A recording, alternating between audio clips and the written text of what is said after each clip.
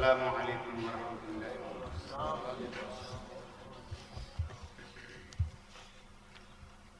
بارگاہ رسالت مآب صلی اللہ علیہ وسلم میں درود پاک کا نذرانہ پیش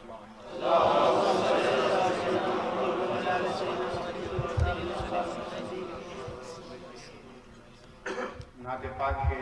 چند اشعار سماعت فرمائیں۔ کچھ نہیں مانگتا شاہ سے یہ شیدا تیرا، کچھ نہیں مانگتا شاہ سے یہ شیدا تیرا، اس کو کافی ہے فقط نقش کف پا، اس کو کافی ہے فقط نقش کف پا تیرا، کچھ نہیں مانگتا شاہوں سے شیدا تیرا، تو بشر بھی ہے مگر فخر بشر بھی تو ہے، جو آقا دو جہاں صلی اللہ علیہ وسلم کو بشر نہ مانے کافر ہے، لیکن ہم جیسا مانے گستاخ ہے، اپنے جیسا مانے بے ادب گمراہ ہے۔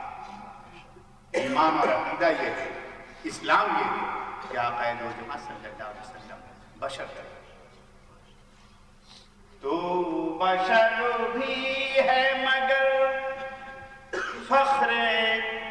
بشر بھی تو ہے، مجھ کو معلوم ہے بس اتنا سراپا تیرا۔ ایک شعر ہے بڑا بولتا ہوا جاگتا ہوا شعر ہے، اور شاید اس میں آپ خود اپنی دل کی دھڑکن محسوس کریں اور ایسا محسوس کریں آپ کہ شاید آپ کی بھی نمائندگی اس شعر میں ہو رہی ہے، بلکہ ایسا سمجھیں آپ کہ آپ کی زندگی میں یہ شعر آقا دو جہاں صلی اللہ علیہ وسلم کی بارگاہ بے نیاز ہے، آپ کے جذبات کو، آپ کے درد کو، آپ کے طلب کو، آپ کے ذوق کو اور آپ کی سسکتی ہوئی ظاہر و باطن کو پیش کر رہا ہے۔ اسے اپنے طور سے اپنا شعر سمجھ کر کے کہ آپ کی نمائندگی ہو رہی ہے۔ پورے قد سے میں کھڑا ہوں تو یہ ہے تیرا کرم، یا رسول اللہ۔ پورے قد سے میں کھڑا ہوں تو یہ ہے تیرا کرم، اور مجھ کو جھکنے نہیں دیتا ہے سہارا تیرا۔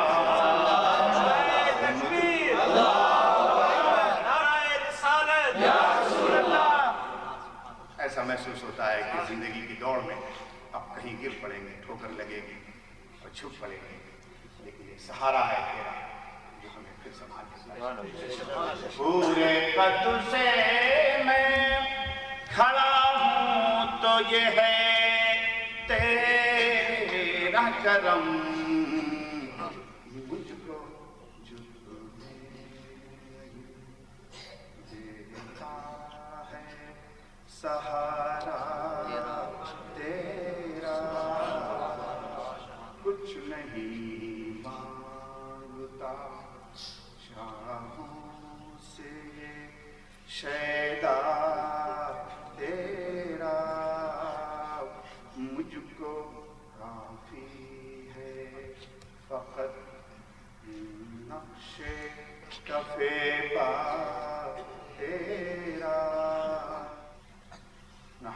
صلی علی رسول اللہ اعوذ باللہ من الشیطان الرجیم بسم اللہ الرحمن الرحیم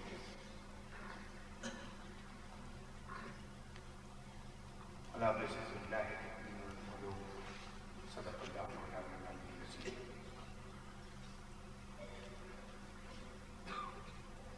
جشن میلاد النبی کی محفل میں مجلس میں ہم آپ حاضر ہیں. لیسٹر کی یہ پرشکور عظیم الشان اسلامک سینٹر کے پاس یہ اللہ کا کرم اور اس میں ہم آپ کی حاضری ہیں اور وہ بھی سرکار دو عالم صلی اللہ علیہ وسلم کے جشن میلاد النبی کی تقریب میں.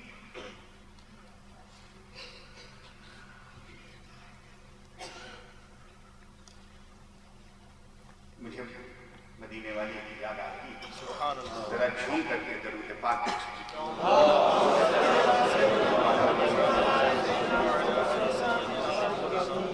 آپ آئے تو یہاں بات کتنی مختصر سی ہے.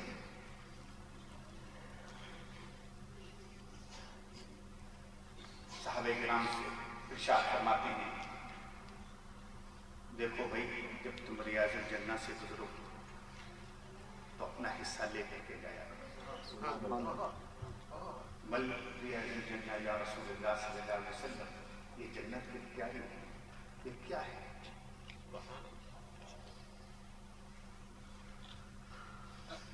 کہاں جنت کے کیا ہے؟ ریاض الجنہ کہاں؟ آپ فرماتے ہیں جب دیکھو کہ کچھ لوگ بیٹھے ہوئے اللہ کا ذکر کر رہے ہیں وہ ایریا جنت کی کیا ہے وہ جگہ جنت کا ایک ٹکڑا ہے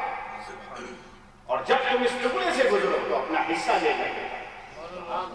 پتہ یہ چلا کہ جب کبھی بھی کچھ لوگ بیٹھ کر کے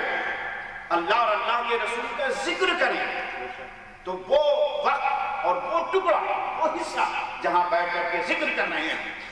وہ جنت کا حصہ ہے جنت کا ٹکڑا ہے اور وہاں پر تقسیم کرنے والے لوگ بھی موجود ہیں جنہیں ہم آپ نہیں دیکھ رہے ہیں اور ہمارا اور آپ کا حصہ شریک ہونے والوں کا حصہ ان کا جو کچھ بھی ہوتا ہے وہ عطا کیا جاتا ہے اور جب واپس ہوتے ہیں تو اپنا حصہ لے کے واپس. یہ واقعے کے طور پر نہیں اس ایقان کے ساتھ اس فکر اور تصور کے ساتھ آپ یہ بیٹھیں کہ آپ کو آپ کے رب نے یہاں بھیجا اس کے کرم نے یہاں بھیجا اس کی توفیق نے یہاں بھیجا. آپ کو کوئی نہیں بھیج جا سکتا تھا یہاں پر. آپ کی زندگی بزی لائف اور آپ کی مصروفیت اور ویکینڈ کا یہ آخری دن آپ کو نہ جانے کہاں سلاتا نہ جانے کہاں لے جاتا لیکن یہ رب کی توفیق ہے کہ جس نے اپنے اور اپنے محبوب کی مجلس میں آپ کو بھیجا ہے. یہ آپ کا حصہ ہے اس لیے اس نے آپ کو بھیجا ہے اور جب آپ جائیں گے تو یہاں سے اپنا حصہ لے کر کے اس یقین کے ساتھ رب کی مشیت اور مرضی کے بغیر دنیا کی کوئی طاقت اور قوت نہیں کہ اس کی مرضی اور مرضی کے بغیر تن کا بھی ہے. آپ نے دیکھا ہوگا دیکھیے ہم بہت صاف اور واضح انداز میں آپ سے کہتے ہیں چھری کا کام ہے کہ وہ کاٹے. چھری کاٹنا جانتی ہے چھری کاٹا کرتی ہے لیکن وہ بھی کاٹنے سے پہلے اپنے رب کی مشیت دیکھتی ہے. مولا اگر تو تیری اجازت ہے تیری مشیت ہے تب میں چلوں تب میں کاٹوں.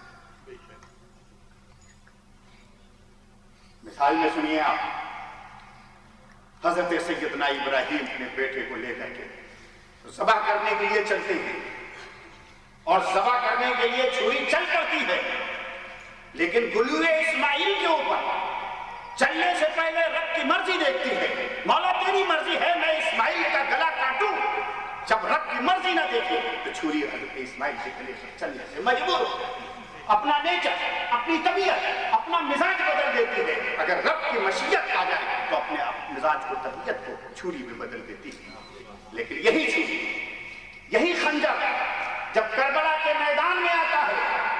اور وہاں وہ رب کی مشیت دیکھتے ہیں تو گلوے اسماعیل اصغر کے اوپر اور گلوے اکبر کے اوپر جو خنجر چلتا ہے تیریں چلتی ہیں وہ ہتھیار چلتے ہیں اور اپنا کام کرتے ہیں، تو رب کی مرضی جب ہوتی ہے تب جا کر کے کوئی کام چلتا ہے، اور اس کی مشیت نہ ہو تو دنیا کی کوئی طاقت نہ کوئی ایک سجدہ اپنے رب کو کر سکتی ہے، اور کوئی بھی ایسا نہیں ہے کہ اپنے کو گناہوں سے بچا سکے اگر رب کی توفیق اس کے ساتھ شامل ہے۔ آگ کا کام ہے جلانا، اس کی طبیعت اس کی نیچر میں ہے کہ وہ آپ کو جلائے ہم کو جلائے، لیکن آگ بھی جب جلانے کے لیے آتی ہے تو رب کی مشیت پوچھتی ہے، تیری مرضی ہو تو جلاؤں، تیری مرضی نہ ہو تو نہ جلاؤں۔ آپ نے دیکھا ہوگا کہ نارے نمرود میں اس نے جب رب کی مرضی نہ دیکھی تو حضرت ابراہیم کے لیے گلزار بن گئے، اور وہی حضرت موسیٰ کے لیے ضروری تھا، اس لیے ان کی زبان جل جاتی ہے جب وہ ٹھان لے گئے۔ تو آج جو ایک نیچر اور طبیعت میں اس کے لیے ہے کہ وہ جلائے، لیکن جلانے سے پہلے رب کی مرضی اور مشیت۔ ایک ایسی مخلوق جو ہمارے اور آپ کے درمیان میں ایسی نہیں ہے کہ جس کو اشرف المخلوقات یا نطق کا بھی گفتگو اور بات کرنے کی اسپیڈ کی ہو، ساری امانتوں کا بوجھ اٹھانے والا یہ انسان، یہ بارے گنا اٹھا کر کے رب کے بارے امانت اٹھا کر کے آنے والا یہ انسان، آج اس میں کوئی شک نہیں ہے کہ مادی ترقی کی معراج پر بلندی پر پہنچے ہوئے ہیں، لیکن خود اپنے باطن سے ایسے بیگانے ہیں، ہم خود نہ جانے کیا کیا اپنی عقل سے اور اپنے ایجوکیشن سے، نالج سے نہ جانے کتنی بلندی پر پہنچ رہے ہیں، لیکن اتنی ہی پستی پر باطنی طور پر ہم پہنچتے ہیں۔ اور ہمارا یہ عالم ہے کہ ہم کوئی بھی کام کرتے ہیں، کوئی بھی پروجیکٹ کرتے ہیں،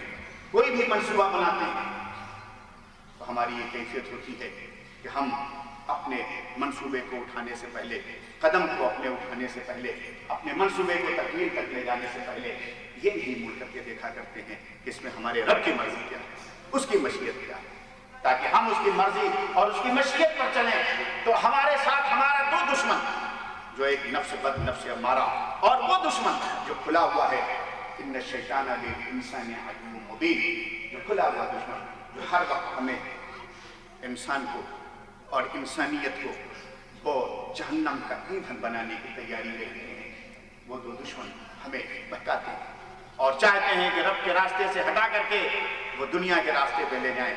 اور اس راستے پہ لے جائیں جس نے بہت صاف اور واضح انداز میں چیلنج کیا تھا کہ میں اس سے افضل ہوں، تو مجھ سے کہتا ہے میں اسے سجدہ کسی بھی حالت میں نہیں کر سکتا ہوں۔ لعنت کا تب دوبارہ کر لیا اس نے، لیکن اس دشمنی اور حسد اور جلن میں اس نے یہ کہا تھا کہ میں قیامت تک کی مہلت چاہتا ہوں، میں اس آدم کی اولاد کو اور جتنے بھی ابن آدم ہوں گے میں سب کو تیرے راستے سے گمراہ کر کے جہنم کا ایندھن بناؤں گا۔ رب تبارک و تعالیٰ نے اسے مہلت عطا فرمائی تھی، لیکن یہ بھی فرمایا تھا کہ جو میرے مخلص بندے ہیں انہیں تو نہیں گمراہ کر سکتا۔ سبحان اللہ۔ تو دوستو اور بزرگوں، اس میں کوئی شک نہیں ہے، بہت صاف اور واضح انداز میں ہم آپ کی زندگی آج اس یو کے دھرتی پر، سرزمین پر گزر رہی ہے۔ ٹھیک ہے، آپ بزنس کریں، آپ سروس کریں، آپ ایجوکیشن لائف میں رہیں، جو بھی لائف آپ کی ہے آپ اس سے متعلق ہیں، لیکن اپنی اس ذمہ داری کو ہرگز نہ بھولیں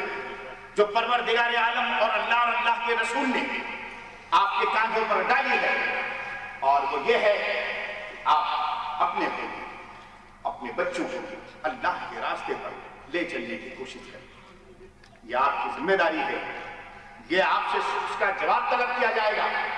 وہ باتیں جو کمپلسری ہیں، اسلام کی وہ تمام اہم باتیں، بنیادی باتیں جو ضروری ہیں، ان کا خود نالج لینا اور اپنے بچوں کو نالج دینا، یہ ماں باپ کی ذمہ داری ہے